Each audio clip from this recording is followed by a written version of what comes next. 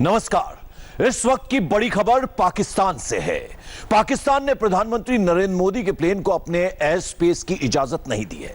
भारत ने 20 सितंबर को अमेरिकी यात्रा के लिए पाकिस्तान के एयर स्पेस की इजाजत मांगी थी। 22 सितंबर को अमेरिका में प्रधानमंत्री का हाउडी मोदी कार्यक्रम है, लेकिन पाकिस्तान ने साफ इनकार कर दिया। थोड़ी देर पहले खुद पाकिस्तान के विदेश मंत्री महमूद कुरैशी ने इस बात का ऐलान किया है। कश्मीर के नाम पर खिसियाया पाकिस्तान पीएम मोदी को एयर स्पेस नहीं दे रहा और गिरगिट जैसे रंग बदल रहा है, लेकिन वो खुद पीओके को नहीं संभाल पा रहा है। पाकिस्तान के कब्जे वाले कश्मीर में पाकिस्तान के खिलाफ ही प्रदर्शन तेज हो गए हैं। इन पर पर्दा डालने के लिए पाकिस्तान की फौज सीमा पार से नई साजिश को अंजाम दे रही है। भारत के खिलाफ इस चाल के चलते पीओके में इमरान बाजवा फॉक्स होल में फंस गए हैं। हम क्या चाहते हैं?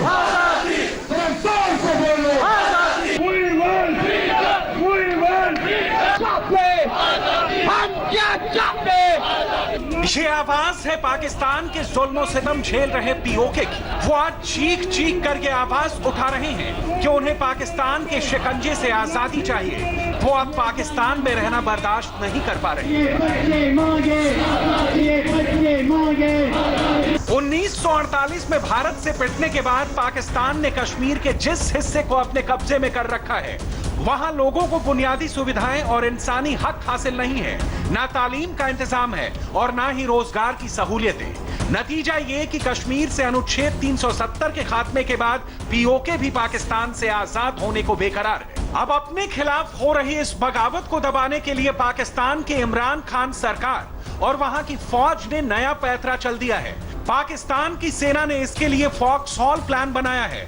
इसके लिए आईएसआई आतंकियों को फॉक्स हॉल एम्बुश की ट्रेनिंग दे रही है। हॉल एम्बुश की टैक्टिकल ट्रेनिंग में आतंकी को फॉक्स हॉल जैसी सुरंग में छिपा दिया जाता है। उसके बाद आतंकियों को घुसपैठ के लिए रेडियो वायरलेस निर्देश दिए जाते हैं। अगस्त के आखिरी हफ्ते में सीमा के पास पाकिस्तानी आर्मी के स्पेशल कमांडो पुंछ में सीमा के पास देखे गए थे, लेकिन सरहद पर चौकस भारतीयों को देखकर वो अपनी नजदीकी चौकी की तरफ भाग गए। उनके पास से एक कैमरा भी मिला था। इस तरीके से पाकिस्तानी आर्मी की बॉर्डर एक्शन टीम ने 11-12 सितंबर की रात भारत में घुसपैठ। सितंबर को भारतीय सेना की कार्रवाई में मारे गए बैट कमांडो को पाकिस्तान की आर्मी ने सफेद झंडा दिखाकर सीमा से समेटा था। उसके बाद भी पाकिस्तान अपनी हरकतों से बाज नहीं आ रहा। पीओके में बगावत को छुपाने के लिए वो हमारे कश्मीर में खून खराबा करना चाहता है। पाकिस्तान की आर्मी भारत से जंग तो चाहती है, मगर आतंकवाद की शक्ल में। इसलिए बुजदिल एक्शन टीम के नाम से बदनाम उसकी बैट को एलओसी पर कई जगह तैनात कर दिया है। इस वक्त सैकड़ों आतंकवादी एलओसी के पार लॉन्च पैड पर तैयार हैं, लेकिन नियंत्रण रेखा पर चौकस खड़ी भारत की फौज के आगे उसकी घुसपैठ करने की हिम्मत नहीं हो रही है। इसके लिए बराबर एलओसी पर गोलीबारी की जा रही है। हाजी पीर के उत्तर और दक्षिण की तरफ अब तक पाकिस्तान ने 2000 से ज्यादा बार सीज फायर तोड़ा है। 2018 में पाकिस्तान की फौज और रेंजर्स ने 1600 बार सीज फायर तोड़ा था। एलओसी के उस पार का ये वो इलाका है जहां छुपकर पाकिस्तान के आतंकवादी घुसपैठ की फिराक में रहते हैं। 2 महीनों बाद एलओसी से सटे इस इलाके का ज्यादातर हिस्सा बर्फ से ढक जाएगा। ऐसे हालात में पाकिस्तान के पाले पोसे दहशतगर्दों के लिए घुसपैठ आसान नहीं होगी। पाकिस्तान चाहता है कि बर्फबारी से पहले ज्यादा से ज्यादा आतंकियों की भारत में घुसपैठ करा दे। यही वजह है कि पाकिस्तान ने पीओके में अपनी फौज की तादाद बढ़ा दी है और आतंकियों को लॉन्च पैड पर जमा कर रखा है। सिचुएशन बिल्कुल नियंत्रण में है। हम नियंत्रण रेखा के ऊपर पाकिस्तानी सेना के ऊपर पूरा दबाव बनाए हुए हैं, लेकिन पाकिस्तान और उसकी सेना समय समय के ऊपर आतंकवादियों को और घुसपैठियों को तैयार करती रहती है ताकि वो लाइन ऑफ कंट्रोल को पार करके हमारे इलाके में आकर दहशत बढ़ा सकें। आतंकवादी कई किलोमीटर पहाड़ों को पार करते हुए भारत में घुसपैठ करते हैं। नदियों और नालों के बीच होते हुए जंगलों से गुजरते हुए आतंकवादी भारत के हिस्से वाले कश्मीर में दाखिल हो जाते हैं, लेकिन इनकी लॉन्चिंग पाकिस्तान के कब्जे वाले कश्मीर से होती है, जहां पाकिस्तान की आर्मी ने इनके लॉन्च पैड बना रखे हैं। आतंकवादियों का सबसे बदनाम लॉन्चिंग पैड है खारा मेरू। पीओके में यह जगह नीलम घाटी में है। यहां से पाकिस्तानी आतंकवादी काजीनाग से मनावल होते हुए कुपवाड़ा में घुसपैठ करते हैं। दूसरा लॉन्चिंग पैड है नीलम घाटी का ही दुंडिया। वहां से आतंकवादी केरन सेक्टर में दाखिल होते हैं। वो गुगलाधार से होते हुए बाटपोरा के जंगल के रास्ते कुपवाड़ा में पहुंचते हैं। ये आतंकवादी पाकिस्तान की गोलीबारी के बीच जंगलों में दाखिल होते हैं और नदी नालों के रास्ते भारत वाले कश्मीर में पहुंच जाते हैं। पाकिस्तान के कब्जे वाले कश्मीर में नीलम घाटी में केल तीसरा सबसे बड़ा लॉन्चिंग पैड है। यहां से भी आतंकवादी कुपवाड़ा में दाखिल होते हैं। बालाकोट से आतंकवादी पहले नीलम घाटी के केल पहुंचते हैं और फिर मगाम के जंगलों में कैथावली से होते हुए कुपवाड़ा में दाखिल हो जाते हैं। इसके अलावा केल से आने का एक और घुसपैठ का रूट बनाया गया है। आतंकवादी केल से काचमा और करालपुरा के रास्ते भी कुपवाड़ा में घुसपैठ कर रहे हैं। फिक्र की बात यह है कि पाकिस्तान अब आतंकियों की घुसपैठ के लिए नए रास्तों का इस्तेमाल भी कर रहा है। खुफिया सूत्रों के मुताबिक पाकिस्तान के आतंकवादी 10 नए रूट से घुसपैठ की फिराक में हैं। आतंकवादी नल्ली रूट से कालाकोट तक घुसपैठ करने की कोशिश में है। इसके अलावा कोट कोतेरा से भी कालाकोट में आतंकवादी घुसाने की कोशिश हो रही है। वहीं बाताल रूट से कस नाला होते हुए राजौरी में घुसपैठ की कोशिश की जा रही है। तो बोई के रूट में भी घुसपैठ की साजिश हो रही है। खोईरट्टा से नौशेरा में घुसपैठ की प्लानिंग पाकिस्तान की फौज ने बनाई है। वहीं हिलकाका से शोपिया में आतंकवादी घुसाने का प्रयास हो रहा है। पाकिस्तान ने उस्ताद पोस्ट रास्ते से गुरेज, केरन और माछिल तक आतंकवादी घुसाने की साजिश रची है। पीओके में बगावत को देखकर पाकिस्तान की बेचैनी इसलिए भी बढ़ गई है कि भारत लगातार अब पीओके को वापस लेने की बात कर रहा है। मैं ये बात रिकॉर्ड पर रखना चाहता हूं कि जब मैं सदन में जब जम्मू एंड कश्मीर राज्य बुला हूं तब पाक ऑक्यूपाई कश्मीर और अक्साई चीन दोनों इसका हिस्सा है, ये बात को और हमारे संविधान ने जम्मू कश्मीर की जो सीमाएं तय करी है और जम्मू कश्मीर के संविधान ने जम्मू कश्मीर की जो सीमाएं तय की है उसके अंदर पाक ऑक्यूपाई कश्मीर और अक्साई चीन दोनों समाहित। On POK, yes, our position on POK has always been and will always be very clear. POK is part of India, and we expect one day that it will we will have the jurisdiction, physical jurisdiction over it. भारतीय सुरक्षा बलों ने कश्मीर सीमा पर जबरदस्त चौकसी कर रखी है। वहीं रक्षा मंत्री, गृह मंत्री और विदेश मंत्रियों ने साफ कह दिया है कि भारत पीओके को अपने में मिलाने का पक्का इरादा रखता है। इसने इमरान खान के होश उड़ा दिए हैं। इसलिए पीओके में बगावत को छुपाने के लिए वो कश्मीर पर बयानबाजी से काम चला रहा है और अब उसका इरादा संयुक्त राष्ट्र महासभा में कश्मीर क्रंदन का। भारत से 4 जंगों में पराजित हो चुका पाकिस्तान अब शायद हिंदुस्तान के हाथों फिर से पिटने को बेकरार है और अब पीओके का वापस भारत में मिलने का इंतजार है। और इस वक्त की बहुत बड़ी खबर पाकिस्तान के खैबर पख्तूनख्वा से आ रही है। पाकिस्तान की सेना ने खैबर पख्तूनख्वा में मार्शल लॉ लगा दिया है। पाकिस्तान सरकार और सेना ने कल ही यह आदेश तैयार कर दिया था, जिसे आज पूरी तरह से लागू कर दिया गया है। इस आदेश में खैबर पख्तूनख्वा के हालात को असामान्य बताया गया है। इमरान खान सरकार के मंत्री इस बारे में खामोश है। मार्शल ऑर्डर के अलावा सरकार की ओर से अभी तक कोई आधिकारिक बयान जारी नहीं किया गया है। मार्शल लॉ लगने के बाद खैबर पख्तूनख्वा में नागरिक अधिकार सीमित हो गए। मतलब ये कि कानून व्यवस्था हर चीज पर अब सेना का नियंत्रण होगा। और पाकिस्तान के खैबर पख्तूनख्वा में मार्शल लॉ लगा दिया गया है, तो क्या अब पूरे पाकिस्तान में इमरजेंसी लगेगी? हालात कुछ ऐसे ही बन रहे हैं। इमरान खान के हाथों से हुकूमत की बागडोर फिसलती जा रही है और मौलाना फजलुर रहमान ने इस्लामाबाद मार्च की तारीख तय कर दी है। इमरान खान को अब कौन बचाएगा? खान को अब कोई कैसे बचाएगा? इमरान खान को कोई कितने दिन बचाएगा? जमात उलेमा इस्लाम देवबंदी तालीम को फॉलो करती है। जेयूआई के सिंध, बलूचिस्तान, खैबर पख्तूनवा में लाखों कार्यकर्ता हैं। जेयूआई ने इन इलाकों में इमरान के खिलाफ कई रैलियां की हैं। 2014 में पाकिस्तान की सियासत के हाशिए पर खड़े इमरान खान ने भी इसी तरह इस्लामाबाद मार्च किया था। 5 साल पहले नवाज शरीफ सरकार के खिलाफ उनको आवाम का समर्थन भी मिला था, लेकिन इमरान की नाकामी, बढ़ती महंगाई, बेरोजगारी, भ्रष्टाचार और आतंकवाद ने पाकिस्तान की आवाम को खफा कर दिया है और अब वो मौलाना फजलुर रहमान के पीछे खड़े हो गए। एक तरफ अपने खिलाफ होने वाली बगावत से इमरान सरकार घबराई हुई है, तो वहीं दूसरी ओर मानवाधिकारों का खुला उल्लंघन इमरान सरकार के अंत का सबब न बन जाए। सिंध प्रांत की मेडिकल स्टूडेंट निमृता चंदानी की मौत के बाद पूरे पाकिस्तान में विरोध और प्रदर्शन हो रहे हैं।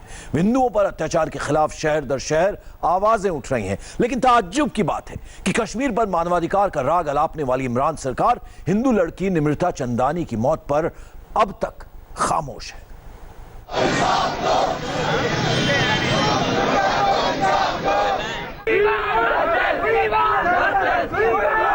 कि हमें इंसाफ चाहिए।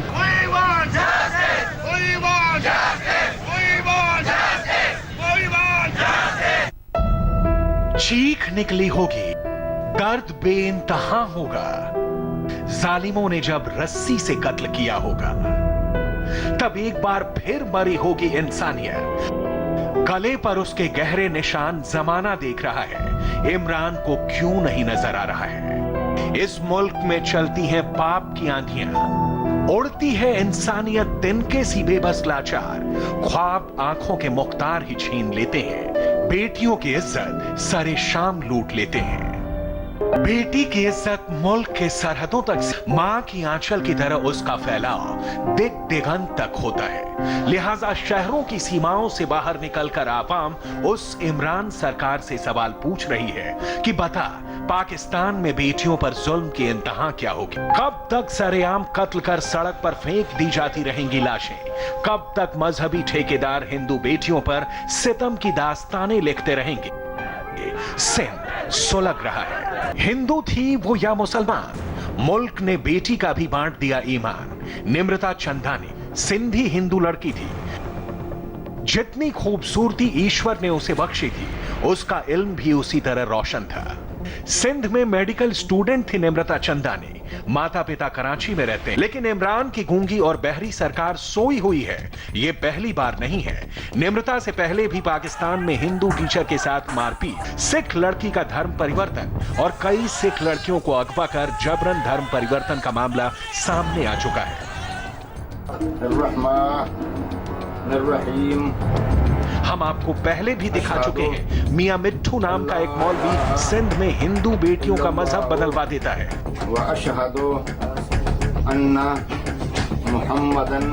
इस्लाम कबूल हो तो गर्दन की खैर, वरना उनका गला रेतान में महिलाएं कितनी महफूज हैं उस पाकिस्तान में जो दुनिया भर में कश्मीर में इंसानी हक मारे जाने की बेईमान आवाज उठाता है। हम आपको बताएंगे कि कैसे हिंदू लड़कियां पाकिस्तान में मजहबी दरिंदों का शिकार हो जाती हैं। लेकिन पहले पाकिस्तान में हिंदुओं के खिलाफ नफरत की आग में जलती एक और तस्वीर। आपको ये जानकर ताज्जुब होगा कि 20 करोड़ से ज्यादा की आबादी वाले इस मुल्क के पास जबरन धर्मांतरण पर प्रतिबंध लगाने वाला कोई कानून नहीं है, और इसी का फायदा उठाकर पाकिस्तान में हिंदुओं के खिलाफ दमन चक्र चलाया जाता है।